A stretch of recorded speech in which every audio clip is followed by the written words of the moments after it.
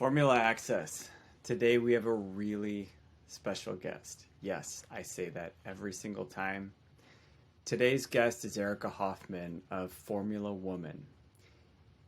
You guys, by far, you've probably seen the teasers, you've probably seen the snippets, but she is quite frankly one of the funnest interviews that I've had where I've laughed, I've learned, I've been encouraged. You guys, she has a story of such humble beginnings that all of us normal people could appreciate her story. She watched Formula One races on VHS. She couldn't afford to race, so she got a job and funded it herself. You guys, this is a story of a normal person with big ambitions and big goals and went for something that seemed insurmountable and won the Formula Woman competition and is now racing professionally. So you guys, seriously, you will laugh, you will be encouraged, you will enjoy yourself through this. Grab a cup of coffee, grab a cup of tea, whatever we do worldwide to enjoy a podcast. This one is worth your time. Enjoy.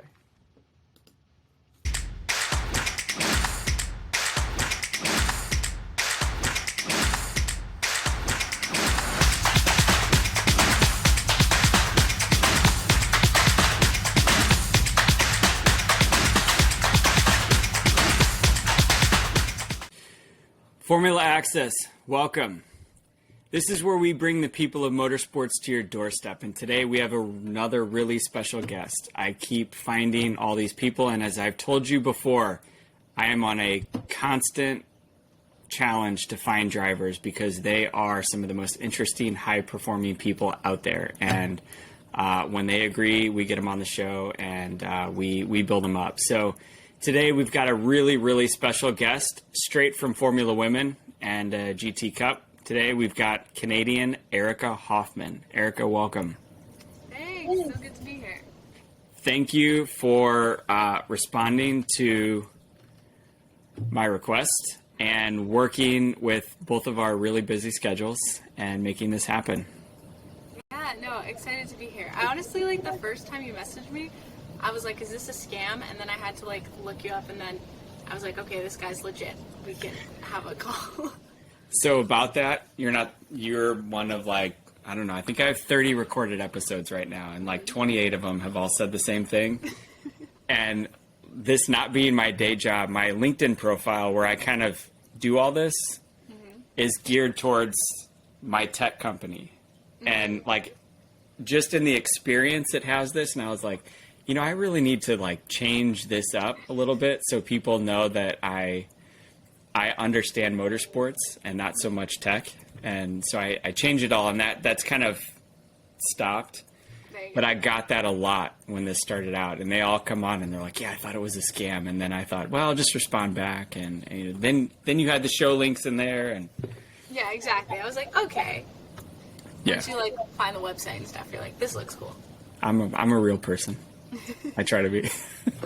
I get cool people on you on the show, then, you know, I get the credibility that I need, and you guys accept much better. So I appreciate it. So our audience used to be almost exclusively U.S.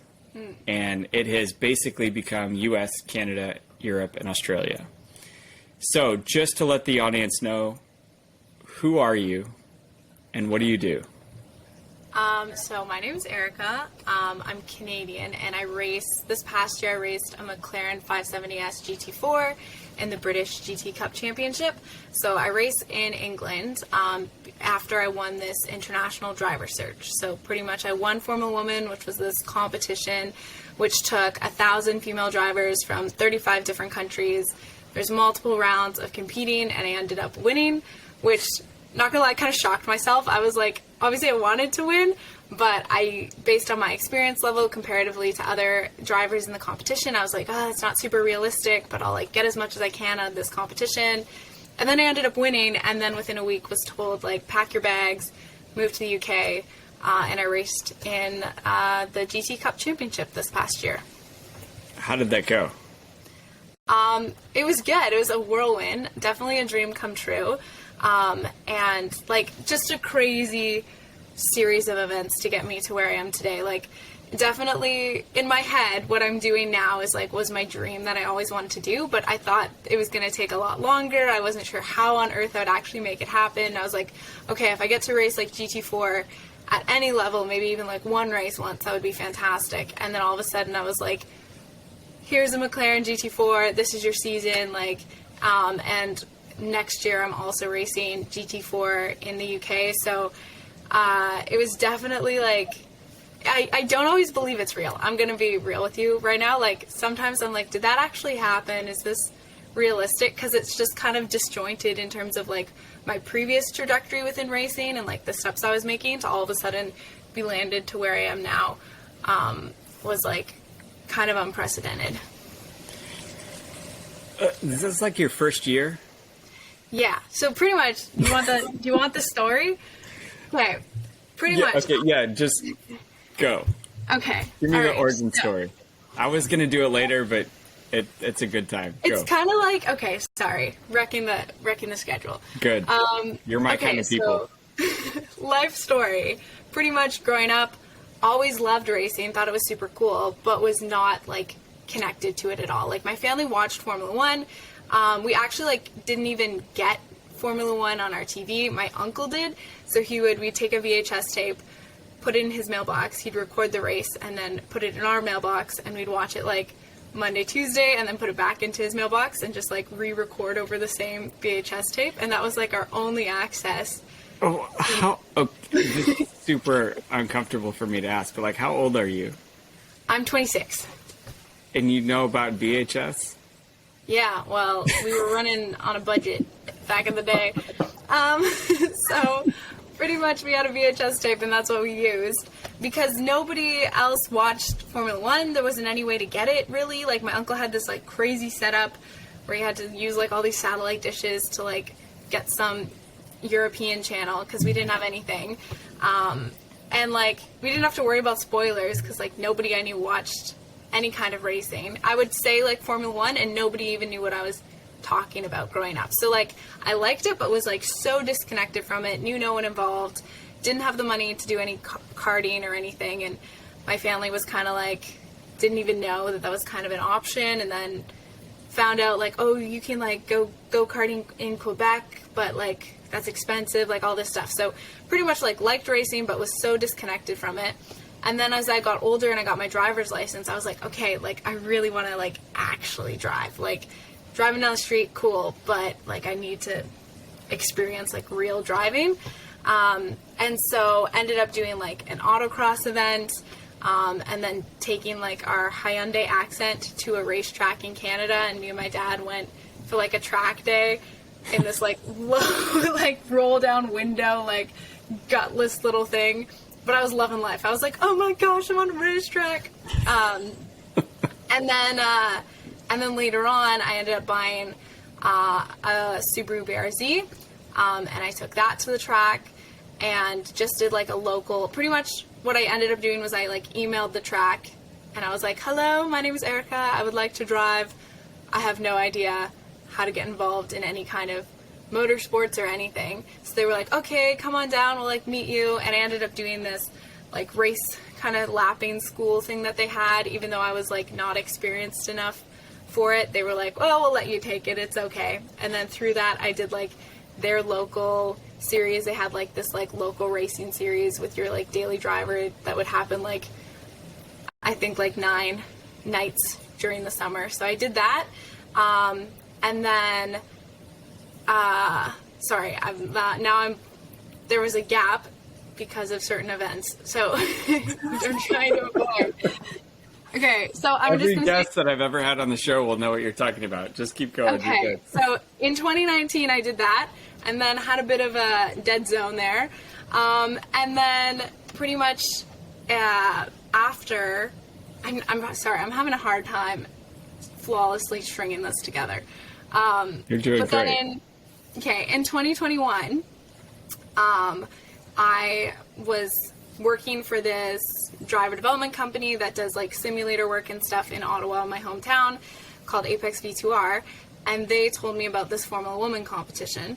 And they were like, they're gonna let some like non-professional, because the thing about Formula Woman is it's trying to get just raw talent into motorsports. So their approach was like, okay, what are some of the limitations that hold women back from motorsports? How can we just find like raw talent, good drivers? So you had to be a non-professional driver to be able to enter.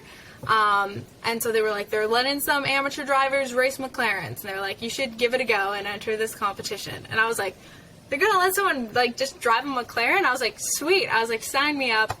And so I entered this competition with barely any understanding of what it was. I'm not gonna lie. I was like, okay, this thing in England. And what I ended up doing was I did around here in Canada at a karting track. We had like written tests, go-karting, fitness, media tests, those kind of things. And then off of my scores on that, I made the top 75. So then early this year, so in March of 2022, I went to the UK to compete in the final. And so we went from 75 after 2 days of like simulator tests, karting, media test, cognitive. They did all these like psych evaluations on us and like your mental ability to like compare to like world champions or successful athletes and all this stuff. They were like, how's your resilience? How's all these, like, how do you problem solve? Like all these things, reaction tests, all these tests. And then we went down to 15, and then they put me on a bus to go to another racetrack. So then we went up north to Croft Circuit, did like a shootout for the top 10 times, moved on to the final 10. And then we went to Sweden, this is at the point in this competition where I was like, whoa, I did not think I was going to make it this far. This is sick. I was like, somebody's flying me out to Sweden to like drive cars in a frozen lake. I was like, this is the dream. I was like, this is me living my little Top Gear fantasy right now, like just getting to do cool things. And I was kind of in the mindset throughout the whole competition. I was like, okay, everyone was getting like pretty stressed about the whole situation, because it was like, when do you ever have a shot like this? When is it ever the odds that like, I went from driving my street car at a local track to potentially having a ride in a GT4 car. And I didn't really have any other options. It wasn't like other people were seeking me out to drive for them before. So there was like a lot of pressure, but in my head I was like, okay, if I do win, the pressure's only going to get bigger and bigger as you level up within motorsports. And then I was also like, this is the coolest thing. I don't want to get myself so stressed out that I miss out on the joy of like getting to enjoy seat time and being behind the wheel. And I also know that I drive the best when I'm loose and relaxed and like having fun and focused on just driving and not focused on outcome. That's another thing. Like, obviously as an athlete, you want to be in the zone, you want to be focused in the present and not like worried about results or this or that and the other thing. So I really tried to really focus in on enjoying the experience. So obviously still trying hard, was a lot of pressure, but I was like, let's live in the moment. So when we were in Sweden, we were just like drifting around on this frozen lake, and pretty much the mentality of that was they wanted to see how quickly you could adapt to a different driving style and different instruction. And pretty much their thought process was, we want to see who can learn the quickest, who's the best at following instruction, because you're going to be thrown into like something that's another like 4 levels up. So you need to be able to take coaching really well and quickly adapt and have a good natural feel of the car. So then we did a bunch of tests. We had new judges and stuff. They would change the judges, so it was like unbiased. And then the next day, so we did all of our like testing on the ice for a full day, and then the next morning they like sat us down to tell us our results, and they brought us in one by one and sat us down with Mia Fluitt, who drives a McLaren, and then Graham Glue, who is the founder of Formula Woman.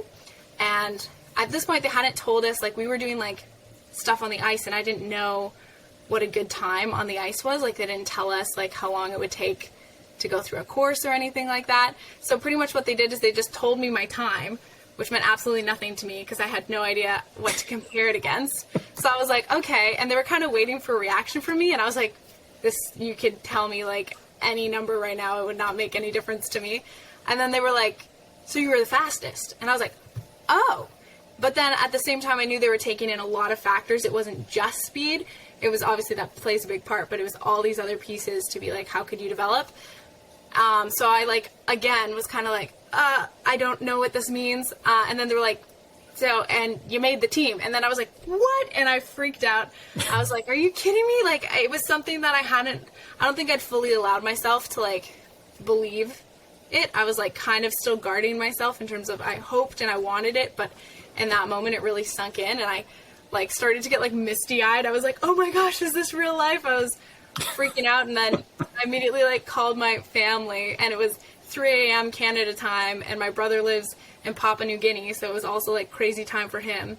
I like called the group chat, and they picked up on like the first ring. Everyone was awake in the middle of the night. Was like, what's happening? And I was like, I made the team. And they were like, we knew you would, Erika. And I was like, well, I didn't know I would, but thank you. And then I started racing a McLaren. So it was a very big, weird, disjointed jump into my now race car driver life.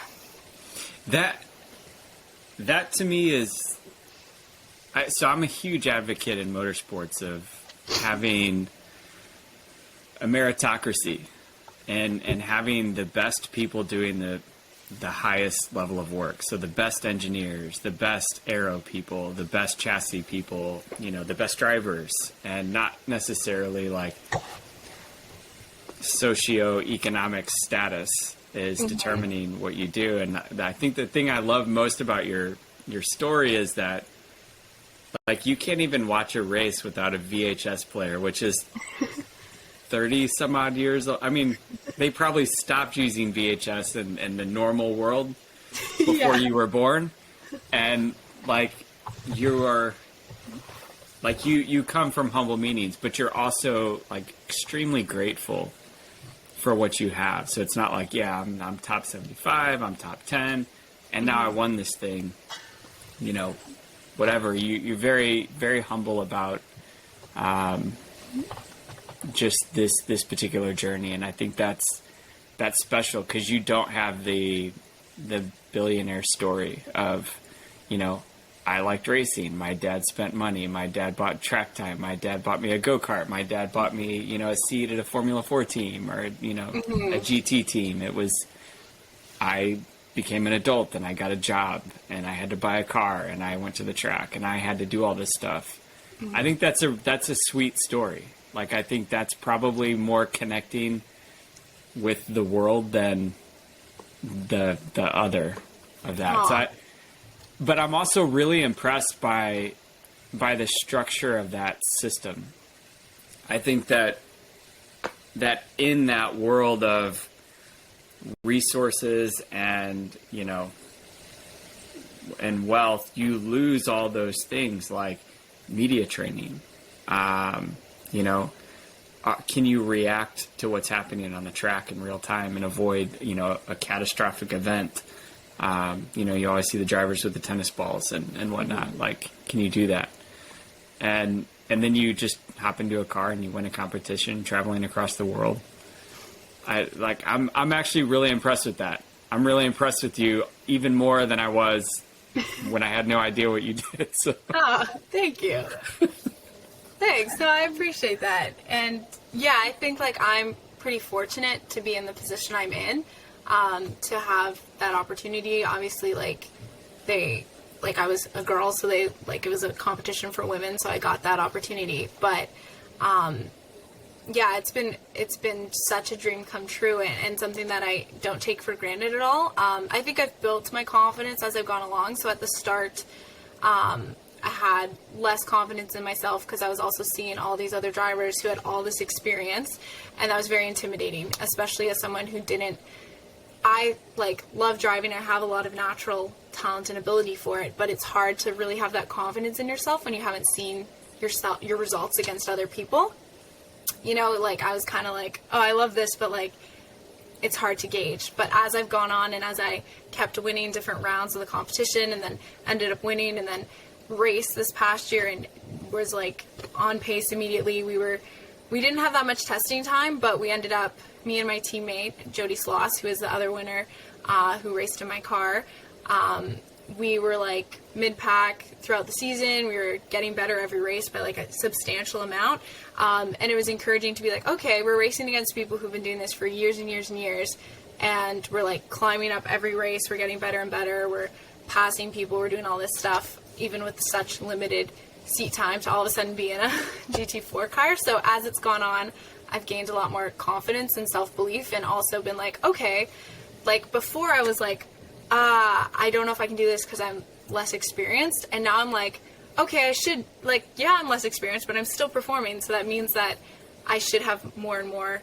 It gives me a different confidence in a sense, because I'm like, okay, that means my ability should just increase as I get more practice and seat time. Whereas before I was like insecure about it. Now I'm like, okay, well, it just means that like I should just be getting better because I'll be given more and more seat time. And then, yeah, the goal is to continue racing and to keep performing and get to that top level. Did you get better when you could compare yourself? Because I know when you have nothing to compare yourself against, you know, with lap times or other drivers, you know, I think there's a trade-off. I do a karting competition with my son every year, and like he will take me out and I'll chase him to find the racing line and the brake zones, and I'm like right behind him and a half a second off, and it's like demoralizing for me because I'm like, I can beat him, you know. I have beat him before, you know, and I'm like right there, and I'm a half a second off his time, and like it almost kind of wears you out. For me, I'm like, well, where is that half a second at? But I think for most people it could be like, well, I just can't find it and I give up. It's probably not a racer's mentality, but yeah, no, I think it inspires you to like work harder and try harder, and also know like in a certain sense it's easy to gain a lot at the start, and then it's those final tenths that take forever to get. But I'm in a good position. I work with my teammate Jody a lot, and we tend to like have different strengths and weaknesses, so it's easy to overlay our data and everything, and we really have a really great team mentality. We're meant to be paired together for the next few years with the Formula Women program, so we're working together long term. So that's been helpful, and we have coaches and everything, and it's also like at this point, every race we improved so much, and my performance improved so much, and I learned so much. Because realistically, it was like my first like legit actual race was like sitting on a grid in a GT4 car with like a Mercedes GT3 behind me because he was out of position. I was like, oh my gosh! I was like, this is my first like real start, like, and here I am. I was like, let's not crash into anyone. So I think we're still at the point where like it was encouraging because I could see like drastic improvement every time, and also like I'm at the point where I, as a driver, I know that there's so much for me to improve on. In every session I do improve so much that I'm not at that like limit yet where it's like frustrating and I'm just grinding for like thousands of seconds. Like I'm still in the upward trajectory of like, okay, got that, like moving up.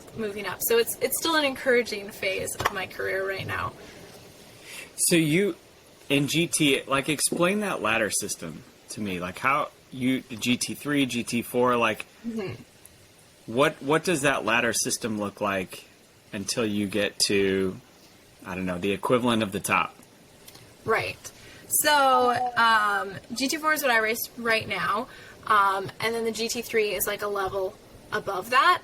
But GT3 is going to be like racing at Le Mans and everything. So it's still quite high. And in terms of like sports car racing, like closed wheel, you know, that's kind of the traditional sense. You do GT4, GT3. And then if you wanted to move up, you'd go into like prototypes and LMP3 and stuff like that. So my goal would be to race GT4 for this next season, potentially the season after that. And then eventually move up to GT3. So GT3 is faster, more aero, just like a different way of driving. You have different aids that are taken away and stuff. So goal would be to get to GT3 at one point. It's a lot faster.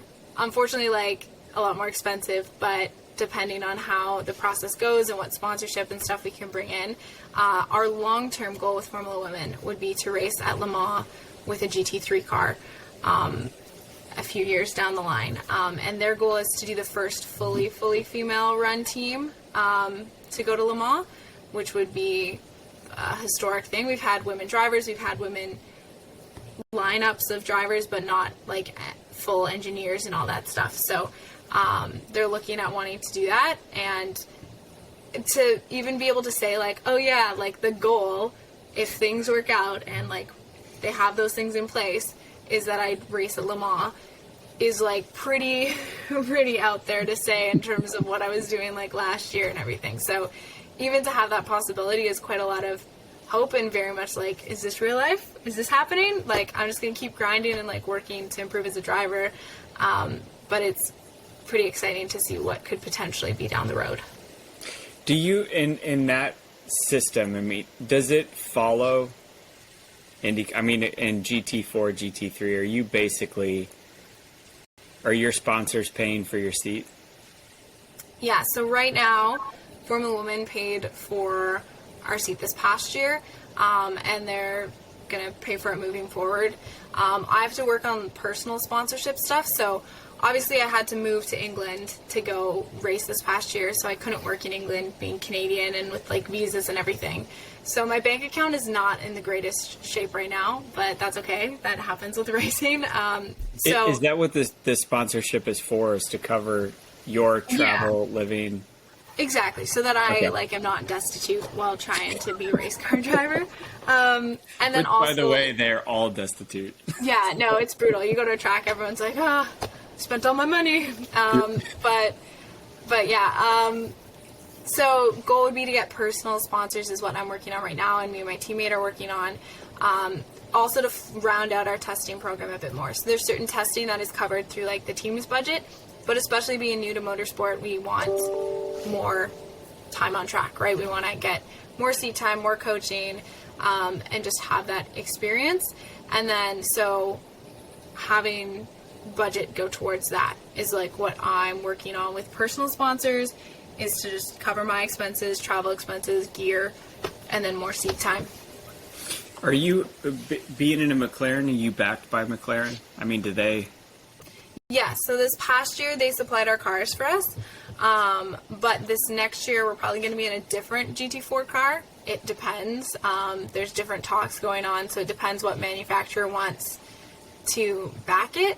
But pretty much last year McLaren gave us our cars, which was fantastic of them, but because economically right now they didn't have as much backing as they originally thought to be able to give us, we had the cars, but we didn't have like a huge testing program by them or anything. It was pretty much we had the cars, and then we ran with a customer team, which was still, obviously we got the cars, it was great, but the goal to be moving forward would be have a fuller testing program, fuller development program, just get more seat time, because in comparison to other drivers who we're competing against, we do not have the seat time that they do, and they're already coming in with like years and years of experience versus us. So but you have to just use that in terms of, okay, I got to use my off-track time well. Like, I need to mentally prepare well. I need to be on the sim.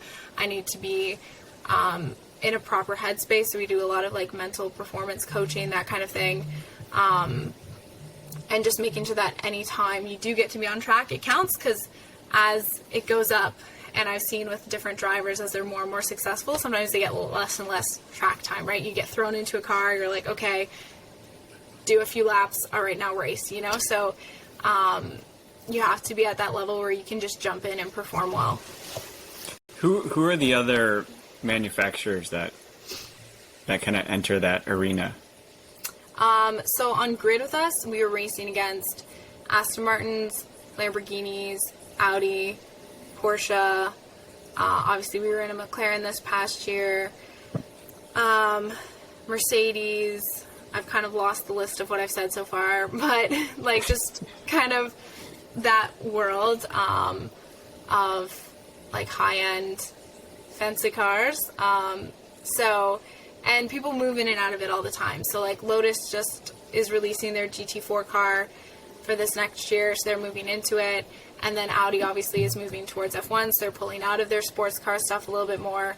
And then you have, your big players like Porsche, Mercedes, just always like kind of doing their thing.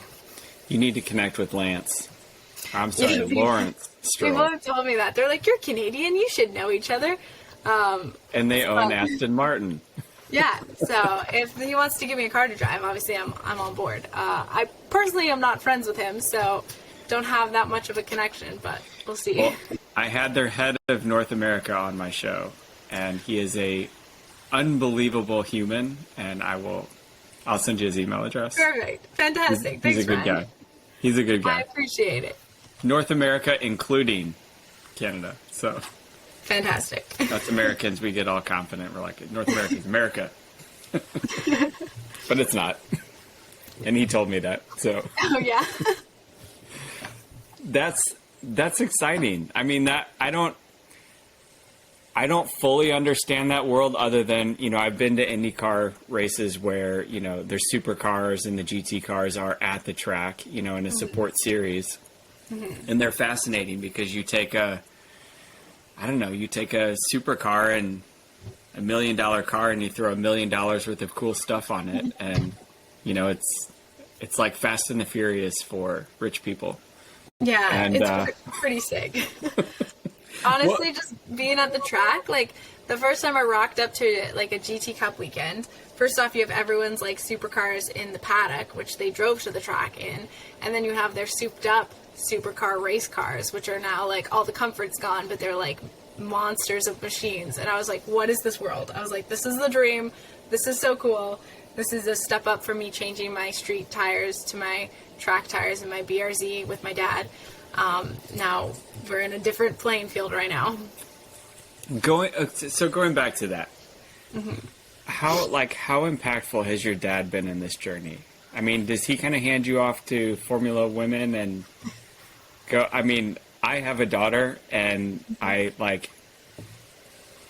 don't know if I could ever let her go to Europe, but like how has this been on your relation? Like, are you a daddy's girl?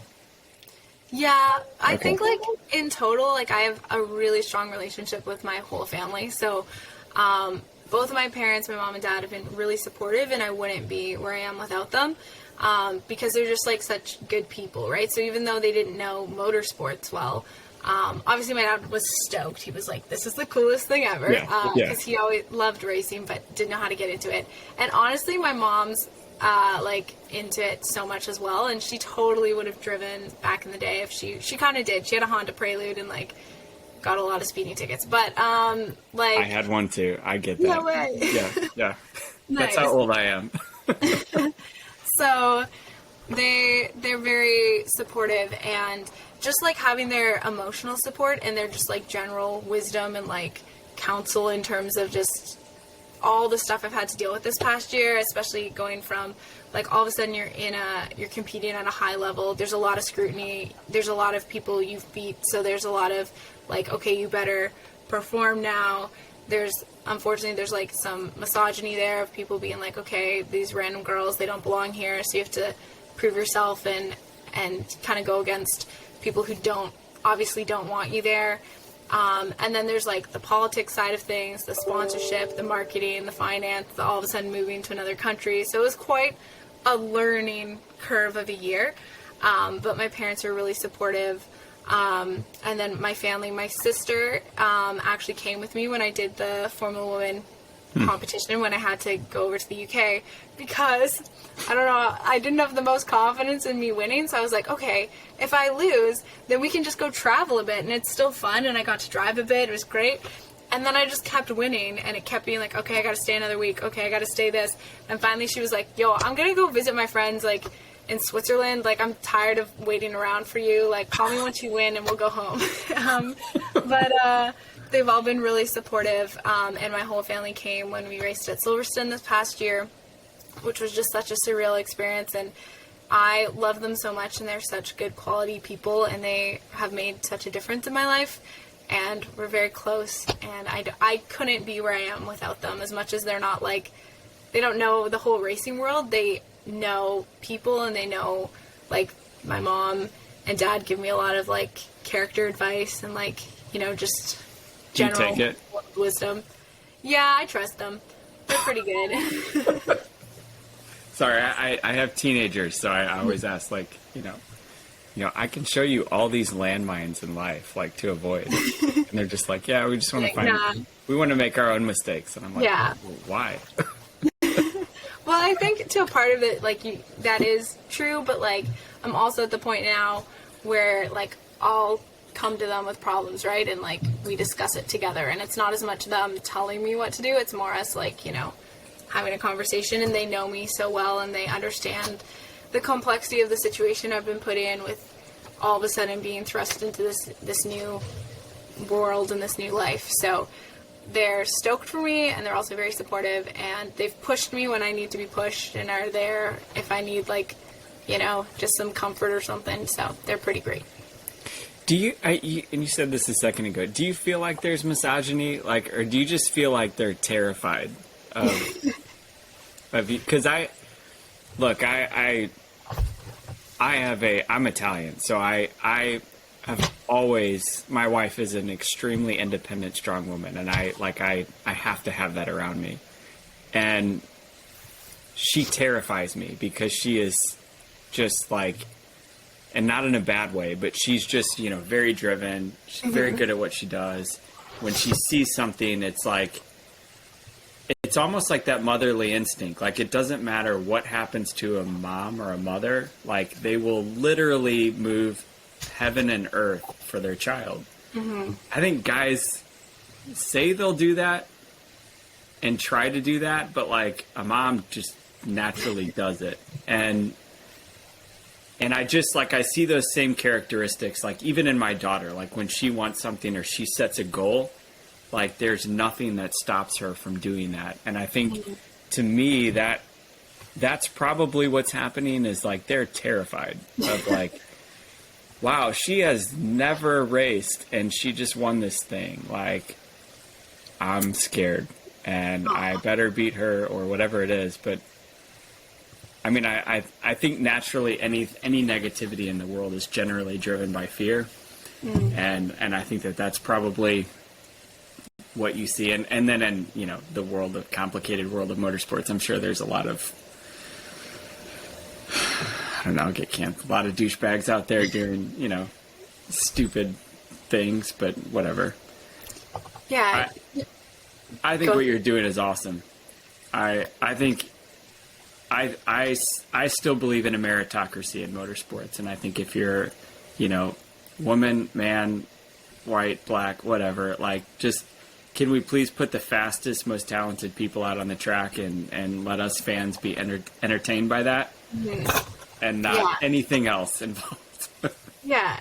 No, I would agree. I want us to get to the point where it's not like, oh, she's like a girl, a race car driver, but just be like, oh, they're a race car driver. It's not like such a rare thing or such a talked about thing. Like, it just matters how you drive. And I think, like, I appreciate what you're saying in terms of, like, gassing me up a little with them being, intimidated by us coming to the field. And I do see what you're saying in a sense of, like, if, it's something new and it's another competition and everything. And I would like to say as, like, a blanket statement, first off, like, a lot of people in motorsport are fantastic, and I definitely think, like, I haven't experienced, like, brutal, like, judgment or anything. Like, I've had a lot of people who support me, and I also think there's kind of, like, an age thing. A lot of the younger drivers are pretty, they're more accepting to female drivers. They don't really see it as, like, a weird thing. They're like, yeah, you go. They're my friends. They're chill. And I think also once you prove yourself, it definitely changed. So before we did our first race, there was a lot of murmurs. There was a lot of stuff getting back to us, a lot of people doubting, a lot of people being like they shouldn't be in this position. And yeah, just a lot of judgments and a lot of people, like, questioning what we were doing. And then after we were, like, racing and performing, a lot of that died down. So a lot of it, once you, like, can perform on track and you can show, like, okay, you belong to be here, you actually, like, you deserve to be here, like, it makes sense, you're performing well, then it definitely, like, a lot of that gets quieted down. And I think that's just more what needs to happen is, like, you see more and more different people doing well, then it becomes less of a oh, they're different, and more of just like, oh yeah, they're just another driver. But you and your teammate beat the guys on track, right? Yes. Okay, cool. Then you deserve to be there, and it should just be that simple, right? Thanks. That's what we hope. And like, definitely sees that, like, you know, there is progress being made, and there's so many more girls coming into the sport than used to be, and so yeah, it's encouraging to see the tide kind of shifting a bit. I agree. I honestly, like, outside of the fear piece of it, I think the structure of creating these pathways, because I mean, I've had Tatiana Calderon, I've had Abby Eaton, I've had a couple of, you know, drivers, and like, these are talented people, rightly so. Jamie Chadwick, I have not had her on the show, but like, I've followed her. Mm-hmm. And, you know, and I think there is one kind of resounding challenge, is like, they can't raise sponsor dollars for the seat. It's not like, do you suck at driving and you just want to be there because you're a woman? It is really, you know, you understand it. It takes money. You know, my son races a local kart league because I'm not going to spend $50,000 a year to be in a higher level league. Like, it just not going to happen. And so, but if there was a sponsor around to cover that, that would change things. And I think that that's, to me, has always been the challenge of, like, the W Series being a great platform and a great concept, but not an actual solution to a problem, because there's no feed from that series into where all of these women actually want to be, which is in Formula One, or at least in competition for those seats. And they've, like, pulled them apart. Whereas, like, what you're doing has been, to me, really well thought out, which is like, let's just go pull all these people in here. Let's support them. Let's teach them all of the things that they need to be. Let's see where they're at today, teach them a little bit more, and then provide them this benchmark to then drop them in with everyone else and see how they do. And I'm actually really impressed. I think those people should be involved in some other series. So, thanks. A little shout out to the founders there. They need to. Thank you. I'll spread their wings. Yeah, they'll love to hear that. Yeah, that's. But yeah, that was the same thing as like I don't want to just race girls. I want to race whoever's the best, and I want to just, like, you know, compete in, like, the real competition. And I think that's been in terms of, like, to win my seat. Obviously, I was competing against girls for my seat on the Formula Women team, but then we're racing against just whatever the grid happens to be, which is mainly guys, and us. But yeah, it's been a very cool process, and I appreciate the, like, opportunity I've been given to race. That's does this give you exposure to other series, or are you all in GT LMP2? Plan would be, I'm pretty committed to the GT3 route, or the GT route, just because that's what I'm used to. That's also what I have always been drawn to in terms of, like, I love watching Formula One, but in terms of myself, like, I was like, single seaters kind of missed the boat. I want to do sports car racing. And so the goal would be to race in the UK this next year and then move on to, like, European GT4. I'd love if we raced in North America, brought it back home a bit, you know, do, like, the North American circuit. But the other thing would be to switch over into doing more endurance events, because those are the biggest ones, is when you start getting into endurance racing, and that's obviously a different ball game when you're having to race for, like, 12, 24 hours or something like that. Like, it's a very next level of what's needed in terms of your team, in terms of you as a driver, like, you're driving through the night, like, all these things. And it's just another test of pushing your abilities and your control, and it's just, you know, a long race. It's a lot can happen. So there's a lot of possibilities within the GT route, which is what I want to pursue. Is it better in Europe than North America? I mean, is that where the real opportunities exist? Hard to say. There's definitely opportunities both.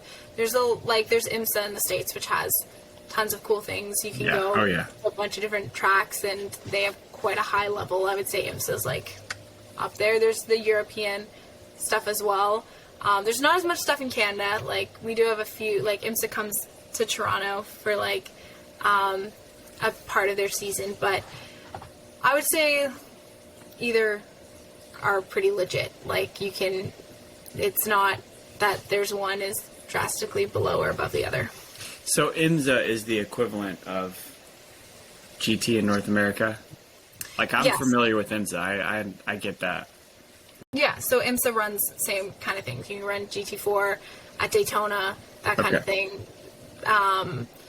Yeah, so IMSA would be higher than, like, the series I'm in right now, just, like, a higher caliber in terms of, like, the drivers and, like, the professionalism and everything, but same kind of cars. Okay. You should definitely do that. It's the goal. I just need some more funding. There you go. Well, this show is going to make you a celebrity, and Perfect. they're going It's all to sorted come from bang on here. your door. And There I'll we send go. you email addresses. Perfect. That's how it works. Who handles that for you? Do you have a manager? Is that your dad, your sister? So Formula Woman does some of that for us, and then I do a lot of it myself as well, in just terms of marketing and, like, meeting different companies and brands. And also, it's me that's going to end up working for them in a sense, because if someone sponsors me, I'm then working for them, right? So I'm trying to help their company get the exposure, get the market engagement, get, like, the audience that they're wanting. So I like to be involved in that process and, like, know who I'm getting involved with, what they're wanting, to be able to create, like, the best partnerships. And also, like, I really appreciate our sponsors that we've had this past year and everything. Like, we've had Trade Center UK, which was our title sponsor this past year, and getting to know the people in that organization and everything. And obviously I care a lot about them because I'm doing what I'm doing because of them. So I want to help them in terms of what they're trying to achieve within their business, and then also just, like, I care about people and having a good relationship with the people you're working with. And in terms of, like, even smaller sponsorships, I've had Apex V2R, which is, like, that first company I started working with here in Canada, and they still support me in the little ways that they can, and I still support them. And I just really appreciate having those, like, strong relationships, and that's just a core priority for myself as a person. So I'm pretty involved in terms of connecting with the different potential sponsors and everything. Do you do all your own marketing? Yeah, at this point, I run my own Instagram. I give my sister my camera, and I do my own emails and, make my own website and everything. Formula Woman does their own marketing to a degree, but they're also, like, dealing with a large scale operation with a lot of different people and a lot of drivers. So a lot of the personal stuff is just me being like, okay, let's try to make a reel or something. I was actually going to ask you, you did your own website? Yes, I did. Good job. Thank you. My own photos of, like, I got my teammate to take a photo of me on my camera and then put it on the website and everything, but... That's so I mentioned earlier, we have a family marketing agency. So, like, our whole world revolves around social media and marketing and whatnot. And so I pay close attention to that. I'm not amazing at it, but I know a good website because I have to look at them all the time and then say what's wrong with it. So well, give me some tips on what's wrong with my website. I don't think there's anything wrong with it, but we could certainly give you tips. Oh, thank you. Do you use TikTok and I do. To be honest, I was, like, a little cringed out with TikTok. I was like, oh, I don't know what to do. So I think I have, like, 5 things posted on TikTok. But okay. I've realized, like, you know what? Like, the whole social media thing, at the start, I was, like, a little uncomfortable with it. I was like, I'm not, like, a pro driver. Like, do people really care? Like, I feel, like, awkward being like, look at me and what I'm doing. But then, first off, I realized, like, well, you have to post what you're doing if you want to get any kind of following, if you want to get any kind of sponsorship, if you want to be in the car. And I want to be in the car, so I'm going to take the photos, And then also realizing, like, people really aren't judging you to this, like, harsh degree, being like, why on earth would she post that? Like, people are like, oh, that's cool, she won this competition. Like people are, at least to me, I know, like, everyone talks about how cruel, like, online world can be, but people are pretty nice to me and are genuinely interested in just, like, following racing. So I've gotten more realize like it's part of the game and less awkward about posting stuff. But I still need to work on my TikTok game. Yeah, so I use my son. So again, I was the anti-TikTok parent. It's like, oh, it's Chinese spying. Like, that's stupid. Yeah. You shouldn't do it. And then it has a really healthy motorsports community. And, you know, and I think, at least for this podcast, that's what I've sought after, is where do the healthy communities lie? And, you know, where can you go showcase what you do? And I think for your world, like LinkedIn, I mean, that's where business owners live. You know, and they want to see eyeballs, which is where Instagram and TikTok reside. Facebook is kind of overrun. You have to spend a lot of money to get exposure from it. But short form video has taken over the world. And, you know, nobody wants to see static images anymore. You know, TikTok is now Gen Z and Gen X's #1 search engine. So they don't use Google, they use TikTok for information. And that gets you the eyeballs. For me, YouTube and TikTok and LinkedIn are where I kind of live. I have everything else, but it's just kind of a mirror of those platforms. Right. And people want authenticity in your story. It's important that you get out there and tell the world who you are and what you're doing, because otherwise they have no idea where to send their sponsor dollars. So Fair point. So we'll talk after the show about all that. Okay, fantastic. I always try to help with the marketing end of, because you guys drive really fast, and obviously you make a great website. So maybe you have a second career there. Thank you. And then you can go on. There we go. So you also work for an NGO? Yeah, so the other part of like my parents being cool and like letting me go race cars, and obviously my mom is a little stressed. She's like, I don't love the races you're in. I love it when it's over and you're home safe and then I can rewatch it and enjoy it. But my parents have always been very great at like letting us, you know, have freedom. So I've done a lot of work for this peace organization that works in conflict regions around the world. So I've mainly done work on the Syrian border, and pretty much you work with people coming out of conflict regions. It's awful, the stories you hear in terms of just the pain and suffering and the loss and just these real situations that people are in. But then it's honestly very humbling and very like a privilege to get to be in those situations. And a lot of times they just need someone to listen. They just need support. Especially like if you've grown up your whole life and your world for the last few years has been a lot of pain, a lot of suffering. Everyone's dealing with loss. Like your dad's been killed, your brother's been killed, you've undergone torture, this or that. Like you don't really have someone to share your burdens in the sense of you're like, okay, well, my sister's also been in the same situation, so it's hard. You don't want to burden other people with stuff. So sometimes it's good just to feel seen or to feel heard, or that other people in the world like care and they see your struggle.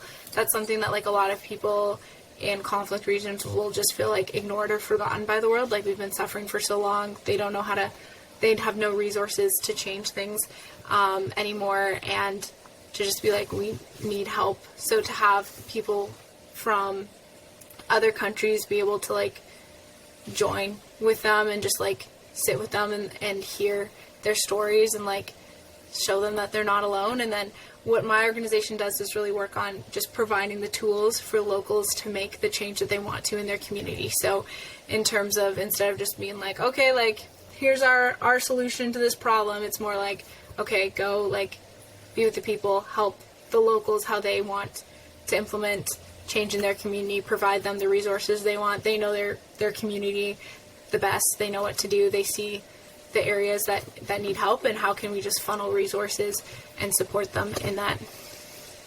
So you travel to the Syrian border? Yes. Really? I have a few times, yeah. One of the times was like right after the attempted military coup happened in Turkey, and it was like pretty sketchy, not gonna lie.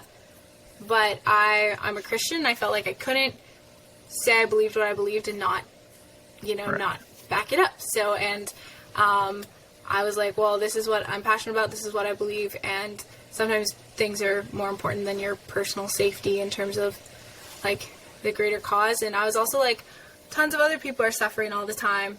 And they undergo much more danger than I am. And I don't take that trivially in terms of like putting yourself in a dangerous position. But at the time, like I prayed a lot about it and I was like, some things are worth more than my safety. Yes, we're also Christians, and we've done a lot of work in Guatemala. Nice. And so, we've taken our kids from a very young age to be around that. I think, obviously to go serve, but also perspective, like, hey, life isn't about iPhones and iPads and video games and, Starbucks and all the creature comforts that we have. It's like people actually strive for a meal, a meal a week or a meal, ever. And I think it's important, for like our own journey to really realize that there's so much more important stuff out there in the world. And it really, I think, helps you as a professional not get caught up in stuff that doesn't matter. You just kind of really keep your eye on the prize and keep driving forward, and you're not really distracted by stupid stuff. But like I agree with you. There's this thing here and that we used to do with our youth group, and it's Passion. So it's in Atlanta, Georgia. Oh, and, the conference thing? Yeah, for college kids. And so we'd always take like 50 kids a year to this event. Nice. And one year we were there, and this has nothing like a Syrian government coup, but we went and everybody got sick.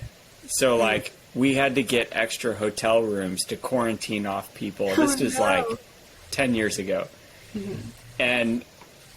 But everybody was, they were in a moment, they were having an experience.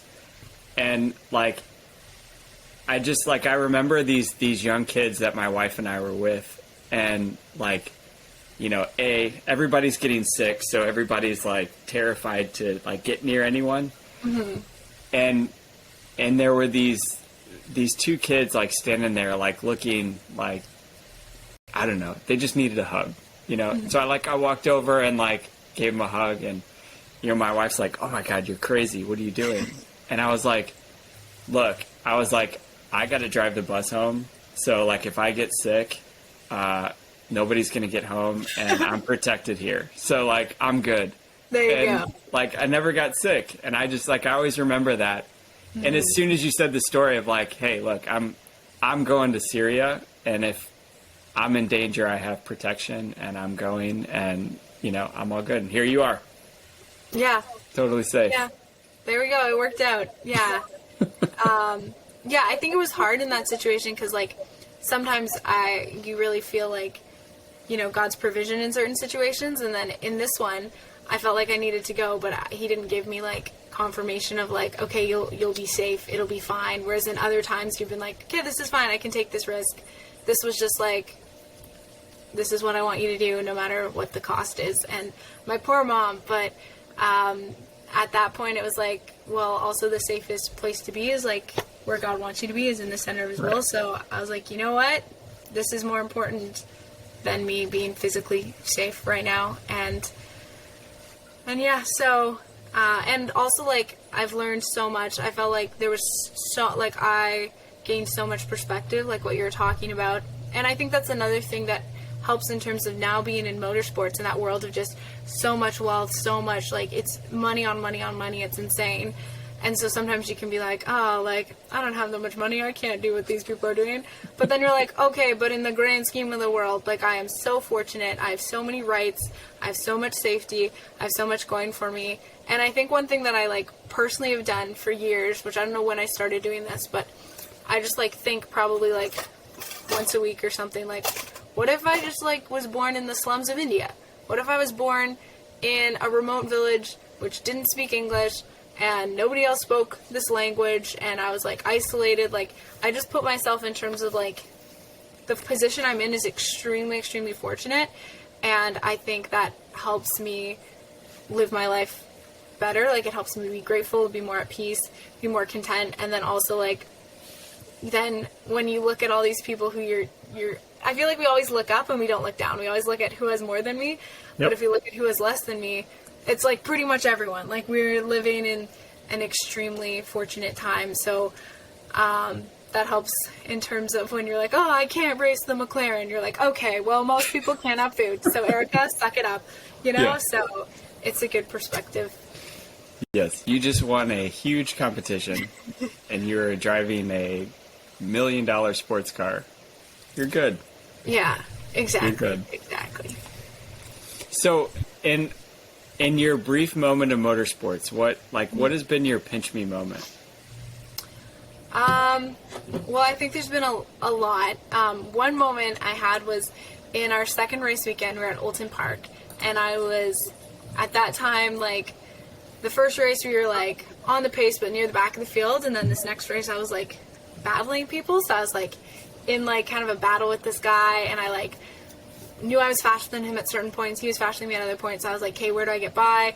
And then GT3s were coming through to laps, so I was like, I used them. I was like, this is gonna be my play, and I like slipped up the inside with the GT3s on this guy, and I passed him. And then I was like, oh my gosh, I was like, I'm a race car driver. I was like, I had this moment down the straight where I was like, that was sick. I was like, we're battling, I'm passing. I was like, is this real? I was like, are you kidding me? Like, I'm beating people, because again, very early in my motorsports career, I had way less practice. I was like wanting to survive the race. Obviously I wanted to win, but in a realistic sense wanted to survive the race. And then I was making passes and battling people, and then I had this like, oh my gosh moment, and then I was like, okay, Erika, focus, like, you're still in the race.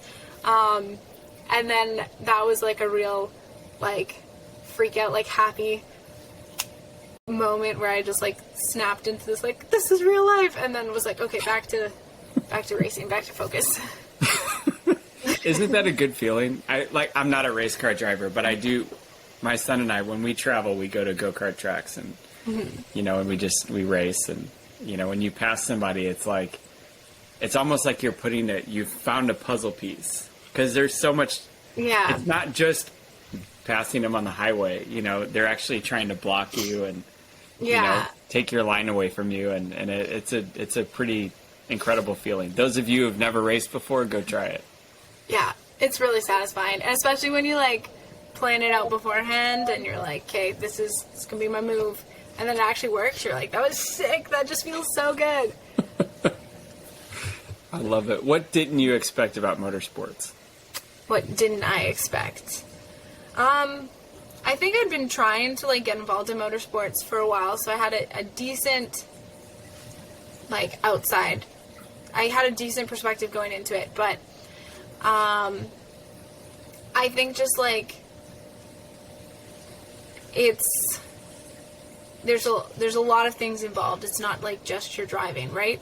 You're driving such a slim percentage of what your workload is and what your expectations are, and as much as you want to hope like, okay, we're just going to train for driving all the time, that's not my reality in my life at all. And my friends are like, oh yeah, so you're just like practicing driving. I'm like, actually I get like a very sliver of a moment like for your actual on-track practice. It's a lot of pre-work in terms of getting yourself prepared the best to make the use of that track time, and then just a lot of like media, a lot of marketing, a lot of conversations, a lot of sponsorship stuff, a lot of just paperwork and emails and all those kind of things, because as much as we want to like hope that just like, okay, it's just the fastest people get the seats, it's not. It's the people who have the right connections and who went to the right things and who knew the right people and were in the right place at the right times. There's a lot of logistics in terms of motorsport, which I knew, but it's just like once you're in it, you're like, oh man, this is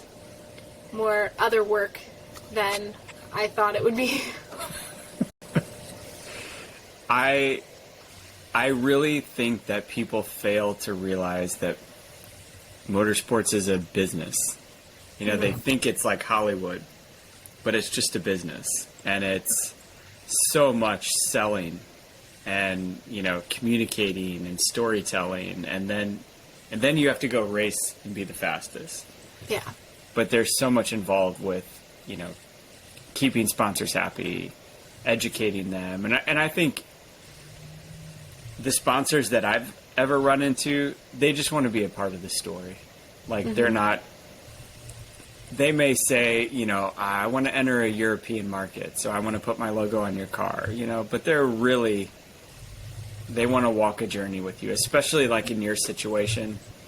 They want to be on Team Erika, and they want to watch you take this journey to the top and be able to say, like, hey, we were a part of that, and, you know, we got to see that out, and then walk side by side and tell that story from our business, because content's really hard, really, really difficult to come up with. And when you can say, you know, rather than, hey, look at this widget we just built, or hey, here's a picture of a field with our logo on it, like, nobody pays attention to that. But when they're like, hey, we're supporting this driver and we're walking side by side, and every month we're giving an update of her story, like, that's valuable content that people want to pay attention to.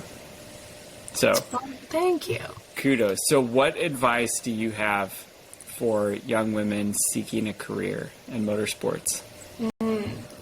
I would say, first off, like, it sometimes feels intimidating to get involved with, or you don't know where to start, especially something like motorsports. This is just an industry which, if you aren't previously connected to it, it can feel like hard to break in. Like, how do I, like, connect into this world? So I would say just go for it. First off, like, try to contact as many people as you can. Like, I got into things through, like, emailing people, and then the right person was like, sure, come meet me. And so I would just reach out to as many people as you can. And then also, like, if you're wanting to drive, I would say, like, just drive. Like, I think a lot of times we have this expectation, like, okay, I need, like, a fancy race car, I need all this prep, or I need all these things before I can do something. But, like, my first car I took to track was a Hyundai Accent, like, or I did autocross, which is pretty much $50. You go to a parking lot, they set up, like, pylons, and you do, like, performance driving around there.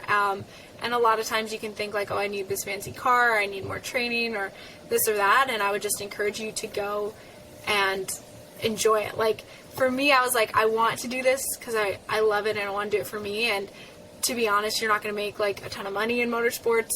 It depends if you're in the right spot, but as a driver, like, it's not a good career path if you're wanting to make money.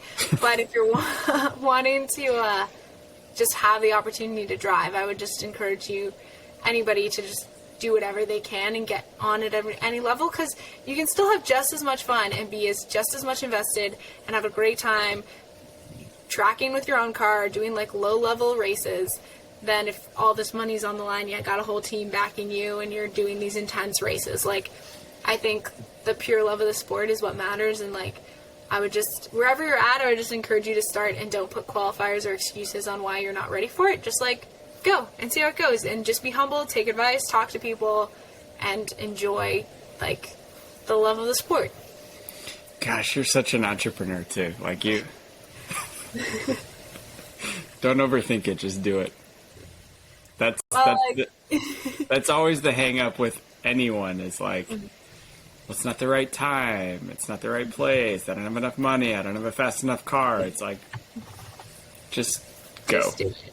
And I think that's something that I've learned throughout this process. Is it could have been very easy for me throughout the Formula Woman process to be like, I'm not as qualified as these other people, I never did karting, I haven't been racing for all these years, I'm not ready for it.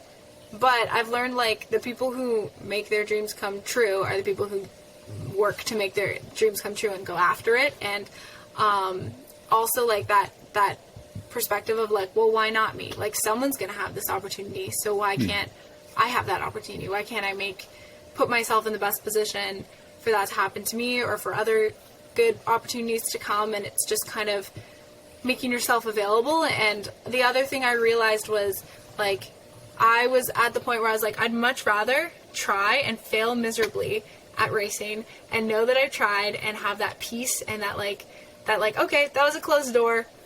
I'll move on than have the like, but what if? Like, I never tried, I never gave it enough of a shot. So even in the past where I was like, I want to do racing, but I don't know how, I could just do this other thing, which would probably be more secure. I was like, okay, no, I'm not gonna, I'll look back years from now and be like, why didn't I finish that? Why didn't I see that to completion, or like at least see that to like utter failure, and then I could have peace and walk away and be like, hey, that wasn't for me, but that was fun.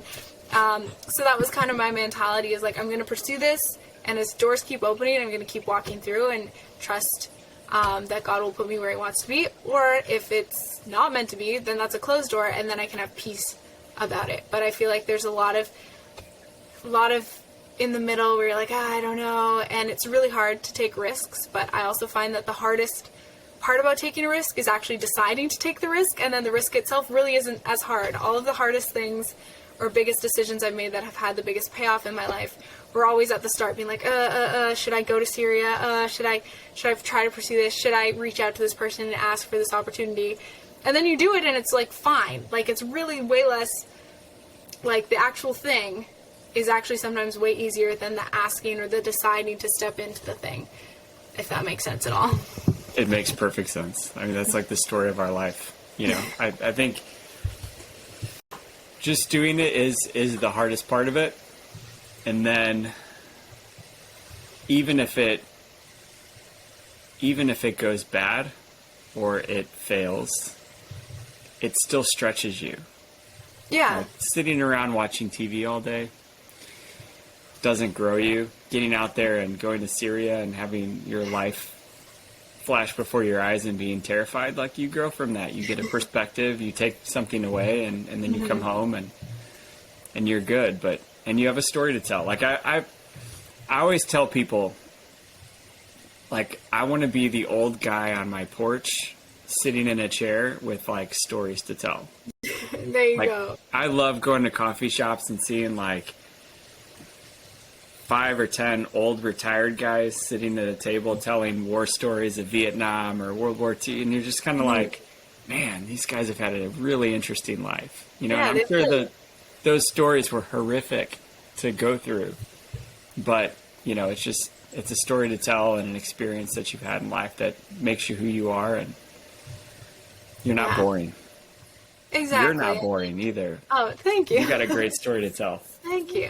Well, yeah, life is short, and I think, like, obviously there's a difference between being foolish and chasing just trivial experiences and, like, not being smart about your life. But then there's also, like, you know, life is very short. Like, what do you want yours to be like? Like, I'd rather take some risks and have some failures and have to start over again 5 years behind other people, because what is behind, what is ahead, it doesn't, I feel like we get too caught up, especially at my age, in comparing yourself to other people and, like, oh, well, what are the markers that make a successful life? But it's much more important what your life feels like than what it looks like to other people. So I think it's worth it to just pursue what you want and just work hard and try to have a life that you are proud that you've lived at the end of it. Success is gauged by forward momentum. That's it. It's that simple. So keep taking more steps. Erika, seriously, thank you for coming on the show. You're a treat. Right. Thank you for having me. I appreciate it. You're going to get a ton of sponsors from this. Oh, thank you. You can hope. This is going to be good for you. I'm not taking any credit. You just have a great story to tell, a great personality, and I think that, you know, people just need to see that. Aw, thank you. Well, I really appreciate your time with me today, and, like, it's interesting to hear your perspective, and I appreciate that this was more of a conversation than me just talking the whole time, although I did talk a lot because I kind of do that. But yeah, no, this was really enjoyable, and I appreciate your time and your care with the interview and everything. And when you're a big time race car celebrity, you know, don't forget us small people down here. Here we go. When you text me, I'll tell you to come to the pits this time. I'll okay, be like, yeah, come on back. Thank you. We need more people like you. Because I'm not going to ask. So okay, I'll let you know. That's always mean. So, Erika, thank you. Seriously. Oh, my pleasure. Thank you.